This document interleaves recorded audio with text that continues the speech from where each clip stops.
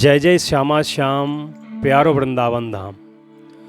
कहते हैं कि वृंदावन को वृक्ष को मरम न जाने कोय, जहाँ डाल डाल अरु पात पात श्री राधे राधे होए। मतलब यहाँ के डालियाँ, यहाँ के पत्ते भी राधा नाम का गुणगान करते हैं, तो भला जीवात्मा उससे पीछे कैसे रह सकता है।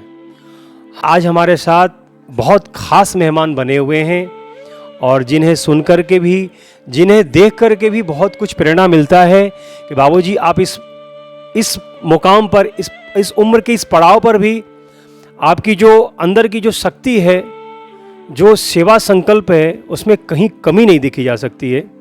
तो हमारे साथ अभी बहुत सुंदर एक ठाकुर जी की सेवक श्री महावीर प्रसाद मानसिंघा जी हमारे साथ अभी हैं, आप उन्हें देख पा रहे हैं। और बाबूजी से आज मैं कुछ बातें करूंगा कि ब्रज के प्रेमी आप कैसे हैं, इस ब्रज में क्या मिला आपको, इस मिट्टी में क्या मिला आपको कि आज आपने जीवन समर्पित कर दिया अपने। आज भी इस ब्रज में सेवा के लिए सदैव आप तत्पर रहते हैं। बाबूजी को सादर प्रणाम। बाबूजी, मैं ये पूछना चाहूँगा कि अध्यात्म मीडिया के माध्यम से ब्रज का दर्शन लगातार भक्तों के बीच में आपके पास आती है, लेकिन ब्रज दर्शन के साथ साथ कुछ ऐसे भी दर्शन करना है, क्योंकि ठाकुर जी खुद कहते हैं कि मैं भक्तन को दास और भगत मेरो मुकुटमणि। तो भगवान की महिमा का गुणगान, भगवान की महिमा का दर्शन सत्संग हम तो करते हैं, लेकिन आज भी वैसे भक्त हैं जिसके लिए ठाकुर जी खुद सदैव पीछे पीछे पड़ते हैं। क्योंकि ये जो भक्त हैं ना, इनकी अभिलाषा ये होती है कि खर्चन को पैसे नहीं, मांगन में सकुचाए, तो पीछे पीछे ठाकुर फिरे कि कहीं भूखे ना मर जाए। तो इनकी सेवा संकल्प को ठाकुर जी कैसे सिद्ध करते हैं आपकी सेवा संकल्प? ऐसा हमारा परिवार का मोटो रहा है, नर सेवा नारायण सेवा। हमारे इष्ट देव हनुमान जी महाराज। अन्नदान हमारी परिवार की परंपरा रही है और मैंने मेरे पिताजी से ये अन्नदान का जो संकल्प है, ये वसीयत मुझे मिला। शुरुआत कहाँ से होती है ये तो कहना बड़ा मुश्किल है, लेकिन जब परिवार में बंटवारा हुआ तो उसके बाद से जो कुछ मैंने किया उसमें प्रेरणा स्वरूप परिवार की परंपरा, और जैसे कि हर पुरुष के पीछे स्त्री का सहयोग रहता है, तो मेरी पत्नी की प्रेरणा। आज वो नहीं है, लेकिन जो कुछ आज दिख रहा है, जो कुछ मेरे माध्यम से हो रहा है, उसमें प्रेरणा स्रोत वो। बाबूजी, ये जो सेवा वृंदावन धाम में आपकी चल रही है और बहुत सुंदर सेवा प्रकल्प चल रही है ब्रजवासियों के लिए, क्योंकि अन्नदान महादान, अन्न क्षेत्र तो बहुत बड़ी क्षेत्र है। थोड़ा सा पीछे जाके, तो ये कहाँ से शुरू होती है, तो जब 1980 में हमारा परिवार का बंटवारा हुआ, उसके बाद से मैंने जो है इस चीज़ को अपने हाथ में लिया। पहले परिवार में चलता था, तो मैंने शुरुआत की सिंहस्थ के मेले से। सिंहस्थ के मेले में पहला अवसर मुझे मिला, उसमें महीने भर कैंप लगा के लगभग 2 लाख आदमियों को मैंने मेरे माध्यम से ईश्वर की कृपा से भोजन प्राप्त हुआ। उससे एनकरेजमेंट जो मुझे मिला, उसके बाद में हर कुंभ में किसी न किसी संत के आश्रम में कैंप लगा के और मैं 1 महीने वहाँ भोजन वितरण की व्यवस्था करता हूँ। ये जो यहाँ पे जो काम शुरू किया, इसके पीछे मैं धन्यवाद देता हूँ कोरोना को। कोरोना काल में उज्जैन, शाहजहाँपुर, देवास और इंदौर 4 डिस्ट्रिक्ट में कुछ मित्रों के साथ मिलके और 15,000 फूड पैकेट रोजाना के हम लोगों ने डिस्ट्रीब्यूशन किए। वो 2 महीने तक कंटिन्यूस हम लोगों ने सेवा दी। इसके बाद जो हमारे साथी थे उन्होंने कहा अब आवश्यकता नहीं है, लेकिन मेरे मन में एक ऐसी भावना हुई, मेरी पत्नी ने बोला कि आवश्यकता है, इसे कंटिन्यू किया जाए। तो वहाँ से फिर हमने ये शुरू किया। तो पहला किचन हमने बनाया मक्सी में। वहाँ पे 10,000 आदमियों के खाने की व्यवस्था हमने की। आज वहाँ पे 5,000 आदमी, 6,000 आदमी वहाँ पे रोजाना भोजन पाते हैं। मक्सी के किचन से हम लोग देवास, उज्जैन और शाहजहाँपुर 3 जिले कवर करते हैं। दूसरा किचन हमने बनाया यहाँ पे जब इसका इनॉग्रेशन हुआ सेवा सदन का, तो यहाँ पर उसकी शाखा हमने अन्नपूर्णा शुरू की। यहाँ पे आज 7,000-7,500 आदमी रोजाना भोजन करते हैं। तीसरा किचन हमने अब बनाया है नागपुर में। वहाँ पे इस वक्त शुरुआत है, 2,000 आदमी खाना खा रहे हैं, लेकिन तीनों जगह हमारी कैपेसिटी है 10-10 हज़ार आदमियों की एवरीडे। लेकिन अब वो टारगेट कब होगा मैं नहीं कह सकता, लेकिन हमारा प्रयास है कि हम उस टारगेट को अचीव करें। अन्नदान या कोई भी दान, मेरा ऐसा मानना है,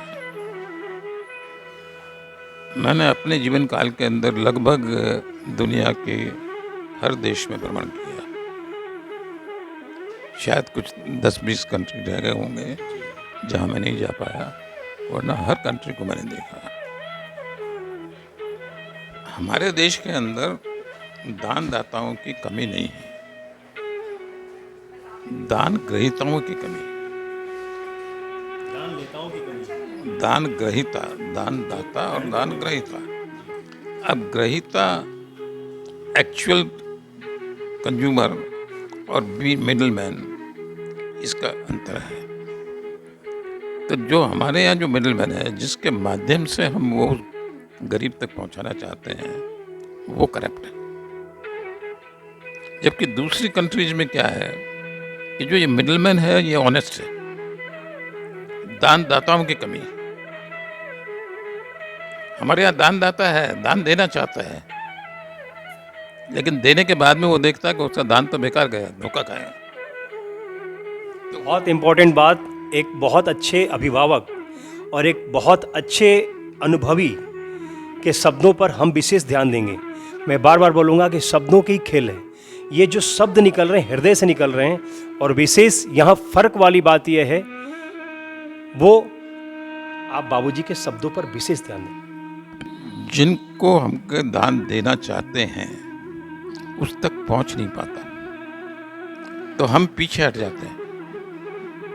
ऐसे में सहयोग तो चाहिए। तो मेरे कुछ पुराने मित्र थे, जिनमें राधेलाल जी गुप्ता, ये आगे आए, बाबूजी आप चलिए, हम आपके साथ हैं।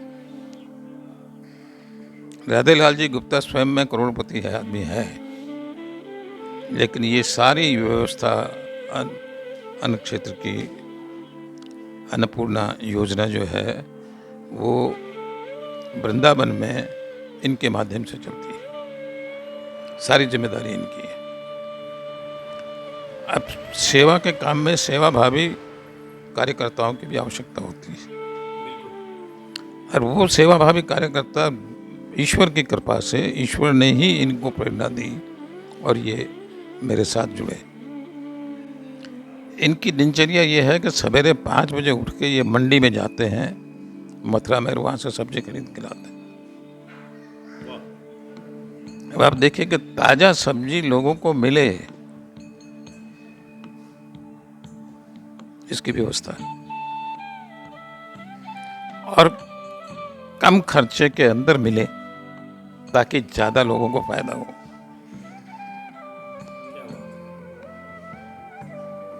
इसके अंदर व्यापारी दिमाग भी आ गया, सेवा की भावना भी आ गई और स्वयं का सहयोग भी आ गया। राधा रानी की पूर्ण कृपा है और मुझे पूरा विश्वास है कि बहुत जल्दी हम लोग 10,000 आदमियों का यहाँ का संकल्प पूरा कर पाएंगे। बाबूजी, रहा सवाल ये है कि जो हम जिनको माध्यम से करते हैं, क्योंकि अगेन उस छोर तक पहुंचने के लिए कई माध्यम बीच के अंदर आते हैं। अब मैं नहीं कहूँगा कि भाई सारे के सारे हमारे माध्यम सही हैं, गलत माध्यम भी है, लेकिन जहाँ आप हजारों आदमियों के बीच में जाते हैं, ये संभव नहीं है कि 100% आपका जो है वो सही पैतरा होगा। कहीं गलतियाँ होती हैं, हमारी भी गलतियाँ होती हैं। कुछ अंश जो है वो सही हाथों में नहीं होता है, कुछ अंश गलत हाथों में भी जाता है, लेकिन वो ट्रायल एंड एरर के ऊपर चलता है। सुझाव आप ही लोग सुझाव देते हो कि इस तरह से करो, उस तरह से करो।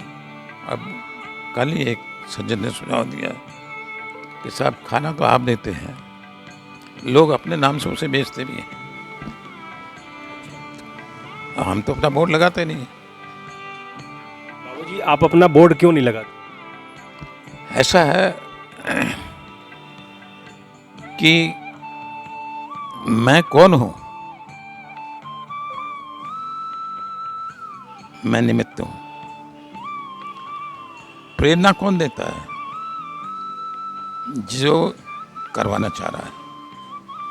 ईश्वर ही प्रेरणा देता है, ईश्वर ही आपको करने के लिए कहता है, ईश्वर ही आपको साधन देता है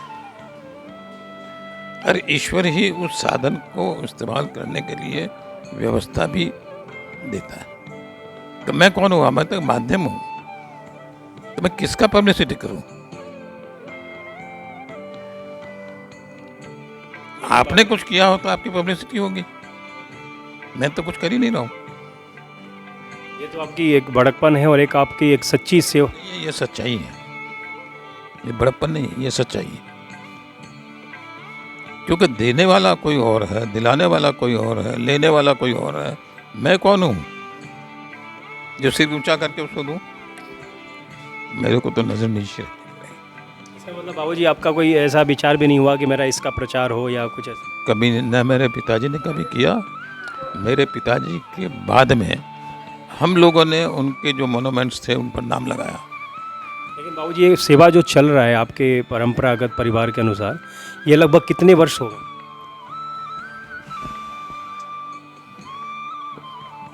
परंपरा का वर्ष तो मैं 1927 आज 95 तो मेरे को हो गए, उसके पहले से चल रही है। आपकी उम्र कितनी होगा? 95। 95। आश्चर्य की बात है कि एक वृंदावन में ब्रज के धरा के पवित्र भूमि को चाहने वाले और सच्ची मानवता की एक सच्चे सिपाही, मानवता के एक सच्चे सिपाही, वास्तव में बाबूजी आपके बातों से मेरे पास कोई प्रश्न नहीं मिल रहा है कि मैं आपसे क्या प्रश्न करूं। आप 10 लाइन को एक शब्द में ही मुझे निरुत्तर कर रहे हो। वास्तव में हम सबको ये जरूर सोचना चाहिए, जैसे कि बाबूजी ने कहा कि मैं किसका पब्लिसिटी करूं। यहाँ तो लोग बड़े बड़े दावा करते हैं कि 30,000, 40,000, 25,000 लोगों को भोजन कराते हैं, लेकिन आप खुद बाबूजी के मुंह से सुन रहे हैं श्री महावीर प्रसाद मानसिंह का, जिनको आप देख रहे हैं हमारे साथ विराजमान हैं और आज भी ब्रज के गलियों में क्या देश में कई क्षेत्रों में आपके द्वारा अन्य क्षेत्र बहुत जोर शोर से चलाया जा रहा है। लेकिन ये कोई आज नहीं है, आपके द्वारा एक वंश परंपरा के अनुसार ये चल रहा है। आपके साथ ऐसे ऐसे लोग जुड़े हुए हैं जिनकी कितनी सुंदर सोच है कि मैं सुबह जाऊं, कम दाम में मैं अगर अच्छी से सब्जियां मैं लेकर के आऊं तो ज़्यादा से ज़्यादा लोग खा सकें। वास्तव में नमन है आप जैसे सेवकों का। बाबूजी क्या चाहते हैं कि इस सेवा को और आगे की ओर बढ़ाया जाए? मेरा प्रयास है कि मेरे बाद भी ये सेवा चलती रहे, उसके लिए हम एक फाउंडेशन बनाने की प्रयास कर रहे हैं। उस फाउंडेशन के अंदर जो भी इन्वेस्टमेंट होगा, उस इन्वेस्टमेंट की इनकम से कम 10,000 आदमी रोज़ाना भोजन करें, इतनी व्यवस्था मैं अपने जीवन काल में करके जाना चाहता हूँ। और अगर अधिक हो सके तो ईश्वर की जैसी कृपा होगी वैसा होगा। बाबूजी की बहुत ही सुंदर संकल्प, और ये है ब्रज। मैं अध्यात्म मीडिया के माध्यम से ये पूछना चाहता हूँ कि क्या यह सेवा नहीं है? सोचना है साहब हम लोगों को। तो राशनिंग के ज़माने में तीर्थ स्थानों पे कुछ तीर्थ थे, जिसमें कि बनारस, हरिद्वार, वृंदावन और 2-4 होंगे, मुझे याद नहीं है, जहाँ पर कि राशनिंग लागू नहीं होता था। कितने भी आदमियों को आप खाना खिला सकते थे। तो मेरे पिताजी अपना टारगेट पूरा करने के लिए वृंदावन धाम आया करते थे। भजनाश्रम के अंदर वो अपना टारगेट पूरा करते थे। उस जमाने में उन्होंने एक संकल्प लिया था कि मुझे यहाँ पर धर्मशाला बनानी है। वो अपने जीवन काल में किसी कारण से नहीं बना पाए, क्योंकि वो ये भी चाहते थे कि मुझे बनानी है तो रमन रेती पे बनानी है। अब रमन रेती पे ज़मीन नहीं है, तो वो धर्मशाला बनी नहीं। जब भाइयों में बंटवारा हुआ तो ये धर्मशाला बनाने का जिम्मा मैंने लिया। ये उनका संकल्प है जो कि मैंने उनकी कृपा से आज साक्षात आपके सामने खड़ा है। तो वो जिसे आदेश देगा वही करेगा। आदेश देने के पहले वो उसको साधन भी देगा। वो नटखट उधार काम नहीं करवाता है। बाबूजी, सेवा प्रकल्पों का जो भी जो जैसे इसकी जो अर्थ की व्यवस्थाएं की जाती है, तो क्या आप लोगों से सहयोग लेते हैं, दान लेते हैं? मैं अपनी कमाई का जो मुझे ईश्वर देता है उसका 50% हम लोग इन सेवा कार्यों में खर्च करते हैं। कहीं से किसी से कोई हेल्प नहीं? कोई दे के जाता है उसको मना नहीं करते हैं, लेकिन हम किसी से मांगते नहीं हैं। एडवर्टाइजमेंट करने का मतलब ये है कि आप हमें दीजिए। अब हम जिनको खाना दे रहे हैं वो लोग अपना एडवर्टाइजमेंट करके वो पैसा कमा रहे हैं। कुछ लोगों का हमें जानकारी हुई है तो उनको हमने बंद कर दिया। बिल्कुल करना चाहिए।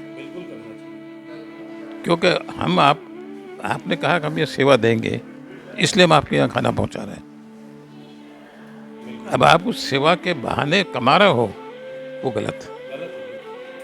तो बाबूजी, ये बहुत सुंदर संकल्प हम लोगों को बताए।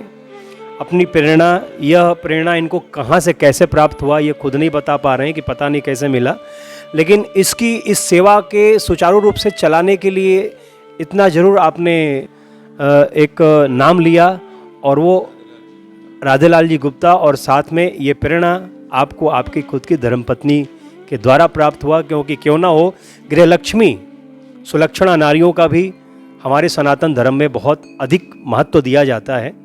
तो आपके सामने आध्यात्म मीडिया जो लगातार ब्रज 84 कोस के प्राचीन old historical place of Lord Krishna के लिए ठाकुर जी का जो भी ऐतिहासिक लीला जहाँ कोई नहीं पहुँच पाता है वहाँ पहुँचता है आपके लिए अध्यात्म मीडिया, और दर्शन लेकर के हम आते हैं। लेकिन सिर्फ ब्रज दर्शन के साथ साथ हम ऐसे भी कुछ दर्शन करें।